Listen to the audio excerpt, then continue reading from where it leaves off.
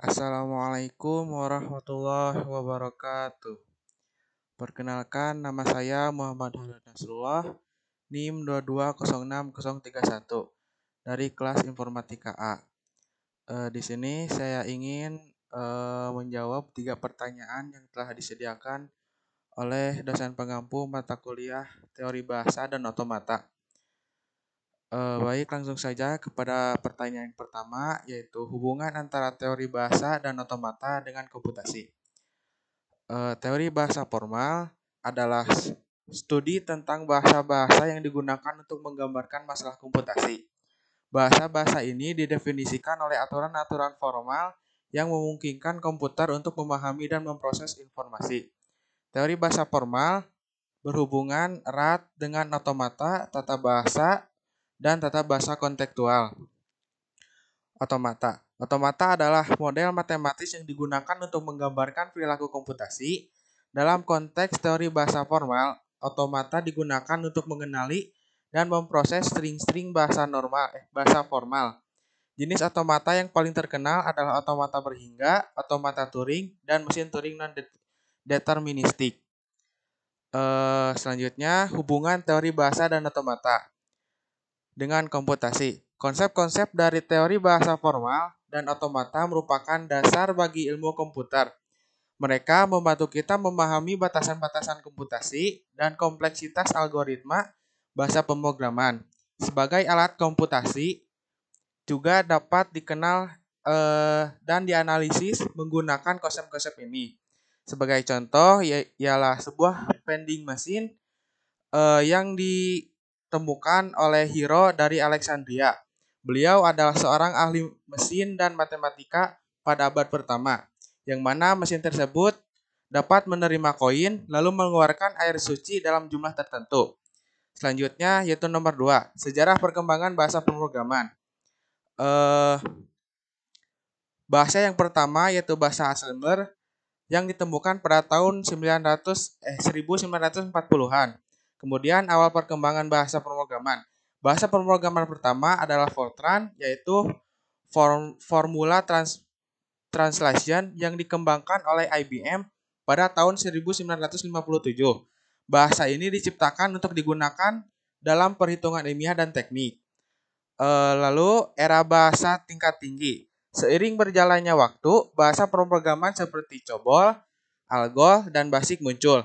Ini adalah bahasa-bahasa tingkat tinggi yang telah mudah dipahami oleh manusia dan memberikan abstraksi yang lebih tinggi terhadap perangkat keras. Kemudian, era objek. Pada tahun 1980-an, bahasa pemrograman berorientasi objek seperti C++ dan Smalltalk berkembang, memungkinkan pemrograman yang lebih modular dan struktural. Kemudian, bahasa modern.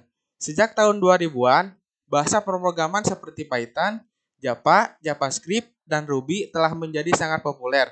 Mereka menawarkan berbagai fitur dan digunakan di berbagai bidang, termasuk pengembangan web, ilmu data, dan kecerdasan buatan atau artificial intelligence.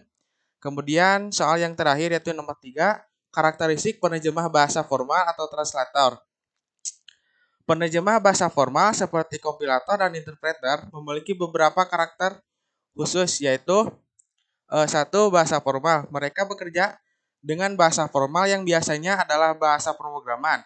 Bahasa formal memiliki sintaks dan semantik yang ketat dan penerjemah harus memahami dengan baik aturan-aturan bahasa ini. Nomor 2. Pemahaman bahasa sumber. Penerjemah harus memahami bahasa sumber dengan sangat baik, termasuk sintaksis, semantik, dan semua fitur bahasa tersebut. 3. Transformasi bahasa. Kompilator melakukan transformasi bahasa sumber ke bahasa target, biasanya dalam bentuk kode mesin.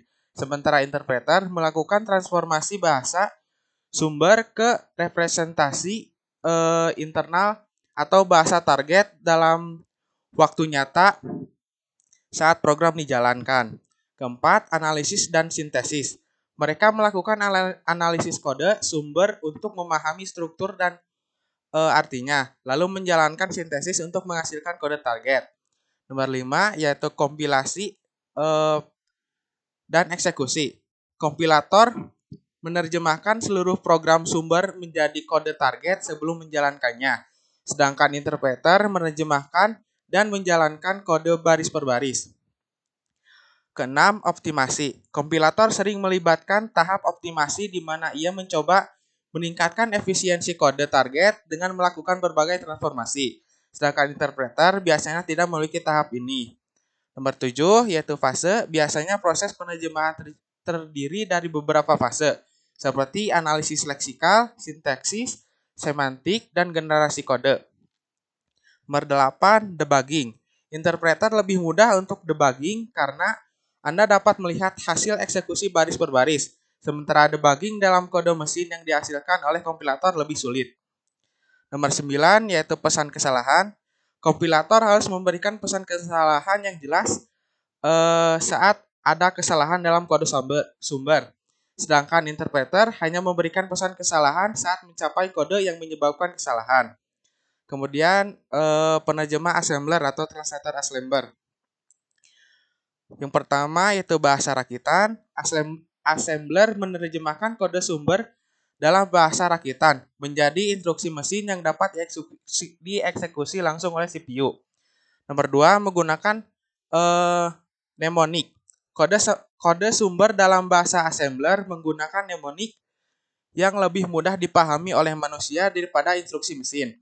Yang ketiga, tugas konversi. Assembler melakukan tugas konversi dari bahasa rakitan menjadi instruksi mesin yang biasanya berupa kode heksadesimal. Nomor 5, kode mesin terspesialisasi. Kode mesin yang dihasilkan oleh assembler sangat spesifik untuk arsitektur CPU tertentu. Nomor 6, optimasi terbatas. Assembler mungkin melakukan beberapa optimasi, tetapi biasanya lebih sederhana dibandingkan dengan optimasi yang dilakukan oleh kompilator. Sekian yang dapat saya sampaikan. Wassalamualaikum warahmatullahi wabarakatuh.